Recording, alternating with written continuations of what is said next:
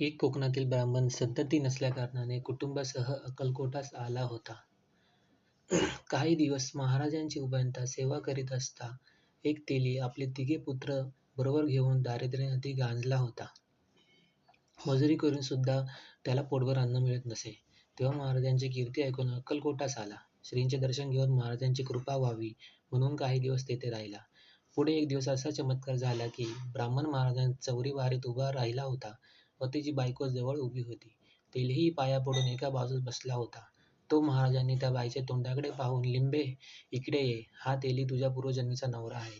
तुझे पोटचेही 3 मुलगी आहेत, त्यांना जवळ घे. असे चमत्कारी शब्द श्रींच्या मुखातून निघताच ते ऐकून सर्व लोकांस आश्चर्य वाटले व राधाबाई फारच लज्जित झाली आणि खाली पाहून लागली. इकडे असा चमत्कार झाला की ते मुलगे जरी बाईपेक्षा वयाने मोठे होते तरी ही आपली आई आहे असे कळताच त्यांच्या पोटात माया उत्पन्न झाली व ते तिघेजण आई आई म्हणून तिच्या जवळ जाऊन बसले. ते पाहून त्या वृद्ध तेल्याच्या डोळ्यातून गळगळा पाणी वाहू लागले. पुढे त्या बाईच्याही मनात त्या मुलांबद्दल प्रेम उत्पन्न होऊन त्या जवळ घेऊन मोठ्या स्नेहाने त्यांची मुखे तिने कुरवाळली. असा हा अद्भुत चमत्कार कधीही न घडणारा सर्वत्रांनी पाहून सर्वांची मने अगदी चकित होऊन गेली.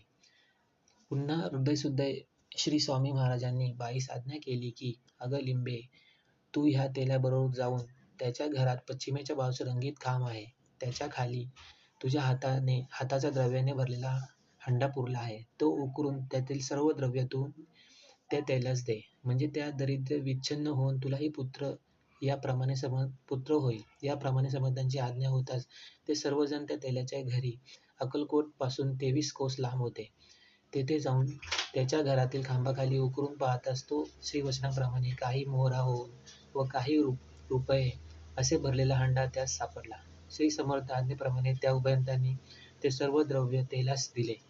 त्याचे जन्माचे दारिद्र्य गेले. नंतर ती उभयतांनी पुन्हा अक्कलकोटास येऊन हा चमत्कार सर्व सेवेकऱ्यांना सांगितला व काही दिवस समर्थ जवळ राहून आपल्या गावी कोकणात आली. त्या वर्षी 22 पुत्रप्राप्ती झाली. या सर्व सेवेकऱ्यांना हा अद्भुत चमत्कार ऐकून श्रींच्या अतर्क्य सर्व ज्ञानाचे मोठे आश्चर्य वाटले. असो, याप्रमाणे श्री स्वामी समर्थांनी उभयता शरणागतास सर्वज्ञपणाची किंचित लीला दाखवून त्यास पूर्वजन्माची ओळख दिली आणि त्यांचे उभयतांचे मानसिक भिन्न हेतू पूर्ण केले.